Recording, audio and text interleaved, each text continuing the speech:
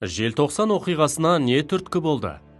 Кеңес үкіметі көтерілісшілерге қарсы қандай жазалау шараларын қолданды? Желтоқсанда құрбан болған жастар кімдер? Қазақ жастарының негізсіз айыпталуы туралы коммунистік партияға ашық айтқан тұлғалар болды ма? Бүгінде желтоқсан оқиғасына қандай баға бере аламыз? Осы сұрақтарға жауап іздейік. Желтоқсан оқиғасына не түрткі болды? 1986 жылы 16 желтоқсанда Қазақстанды басқаруға өзге ұлт өкілі сайланды. Бұған наразы болған қазақ жастары 17 желтоқсан күні Алматыдағы орталық алаңға жиналып, әр республиканы өз көсемі басқарсын, ешбір ұлтқа артықшылық берілмесін деген талап қойып ұран көтерді.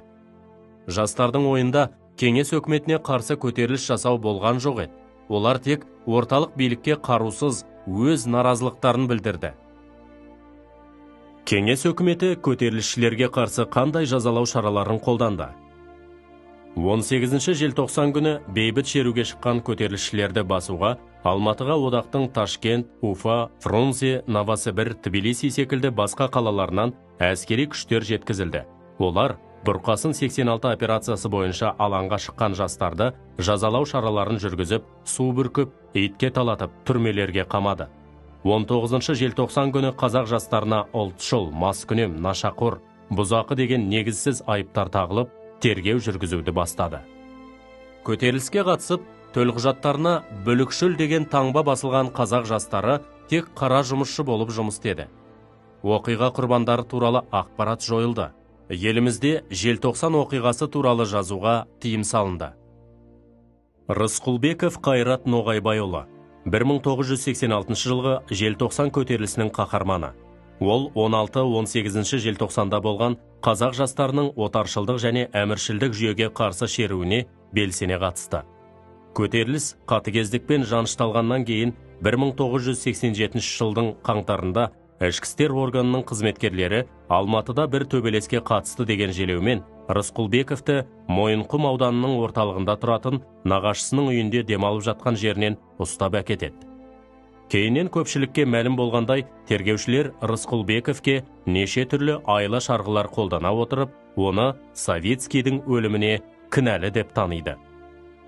Асанова Ләззат Алтынайқызы, желтоқсан көтерілісінің құрбаны. Ләззат Алтынайқызы Алматыда 1986 жылы 17-18 желтоқсанда болған қазақ жастарының отаршылдық және әміршілдік жүйеге қарсы азаттық көтерілісіне белсене қатысқан.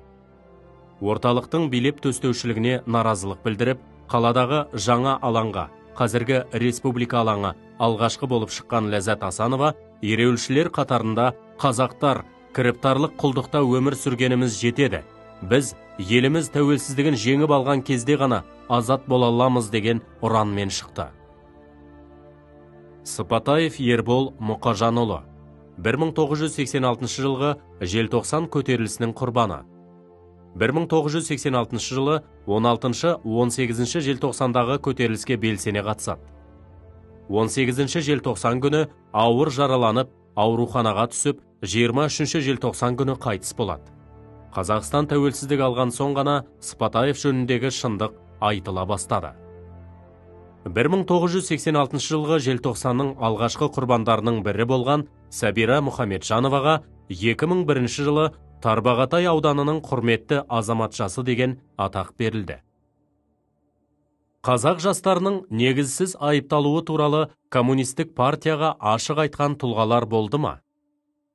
Мұхтар Шаханов 1989 жылы Кремльде сөйлеген сөзінде Алматыдағы желтоқсан оқиғасы жайлы шындық айтылмай келеді. Бейбіт шеруге шыққан жас жігіттеріміз бен қарагөз қыздарымызды ешбір жарлықсыз сапер күрегімен, шоқпармен ұрып, итке талатып, керзетікпен тепкінің астын алды. Әлі күнге дейін бейбіт шеруге шыққан шерушілердің қаншасы жарақаттанып, қаншауының қайтыс болғаны жайлы ешқандай нақты ақпарат айтылмай келеді. 2000-ға жуық адам қамауға алынды. Оның көпшілігі ұзақ мерзімге сотталды. Мыңдаған адам оқу орнынан шығарылып, жұмыстан қуылды деген де дерек бар. Бірақ нақты ақпарат жоқ. Сол себепті біз Алматыда болған желтоқсан оқиғасының шындығын ашу үшін әртүрлі аймақ пен ұлт өкілдерінің мүддесін қорғайтын халық сайлаған депутаттардан құралған комиссия құруды сұраймыз деп, қазақ ұлтының мүддесін батыл қорғады. Бүгінде желтоқсан оқиғасына қандай баға бере аламыз? Қазіргі таңда желтоқсан оқиғасы тәуелсіздіктің бастауы деген тұжырым айта аламыз. Себебі, тәуелсіздікке ұмтылған қазақ жастары кеңес өкіметіне қатысты ой пікірін ашық айтып, бейбіт шеруге шықты.